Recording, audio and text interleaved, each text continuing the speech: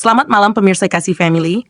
Malam Jumat kali ini kita akan mengupas tuntas, mungkin lebih tepatnya menguliti, misteri yang kerap dibicarakan di sudut-sudut gelap antara kopi panas dan penganan gorengan.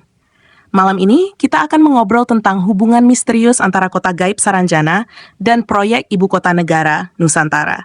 Jangan lupa simpan lampu senter dan bacaan doa, karena siapa tahu, malam ini kita tidak sendiri. Sebelum kita mulai, ada yang sudah pernah dengar soal Saranjana. Katanya ini kota gaib yang ada di dimensi lain, tapi orang-orang percaya kalau kota ini bisa pengaruh dunia nyata. Nah, ada yang bilang, pembangunan IKN Nusantara di Kalimantan itu sebenarnya karena ada energi mistis yang sama dengan yang ada di Saranjana. Tapi kalau dipikir-pikir, kira-kira tukang proyek IKN itu sering lihat penampakan enggak ya? Atau mungkin tiba-tiba cangkul mereka melayang sendiri? Kalau itu kejadian, mungkin proyek bakal selesai lebih cepat. Bayangkan ada tenaga tambahan dari dunia lain. Yang paling seru nih, ada teori kalau Saranjana itu sebenarnya peninggalan peradaban kuno yang super canggih. Mungkin mereka punya teknologi yang kita belum temukan. Seperti panci yang bisa bersih sendiri setelah dipakai. Bayangkan betapa majunya peradaban itu. Tapi sayangnya sampai sekarang belum ada arkeolog yang menemukan sisa-sisa panci ajaib itu, apalagi teknologi lainnya. Tapi siapa tahu, pembangunan IKN ini secara enggak sengaja bisa menggali artefak kuno yang masih terbungkus plastik. Tunggu dulu, plastik baru ditemukan kapan ya? Ada lagi teori yang lebih menantang logika kita, yaitu Saranjana sebagai gerbang dimensi. Wah, jadi seperti film sci-fi ya? Katanya pembangunan IKN Nusantara bisa membuka kembali gerbang ini. Dan bayangkan, tiba-tiba kita bertemu dengan makhluk dari dimensi lain yang datang untuk ngopi sore? Tapi kalau benar-benar ada gerbang dimensi, apakah tarif masuknya sama dengan tarif tol biasa?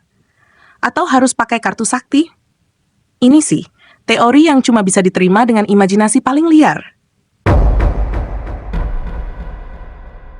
Tapi jangan takut dulu, pemirsa Kasih Family.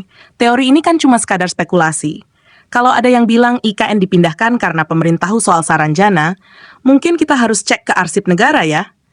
Siapa tahu, ada dokumen rahasia berisi peta harta karun, atau mungkin daftar penghuni Saranjana yang siap jadi tetangga kita di ibu kota baru.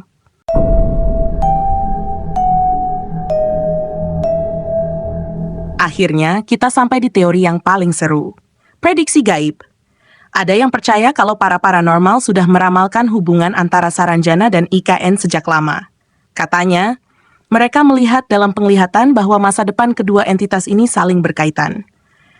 Wah, kalau begitu, sebaiknya kita semua siap-siap belajar membaca tanda-tanda alam. Siapa tahu besok keluar kode rahasia di langit tentang harga BBM atau jadwal cuti bersama.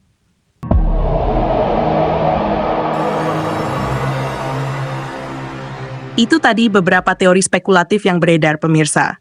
Ingat, semua ini hanyalah mitos dan cerita yang berkembang di masyarakat.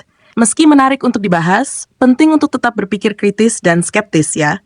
Tapi, kalau tiba-tiba malam ini ada yang mengetuk pintu rumah kamu dan mengaku dari Saranjana, ya mungkin lebih baik kasih mereka secangkir kopi saja. Terima kasih sudah mendengarkan. Sampai jumpa di episode Malam Jumat berikutnya.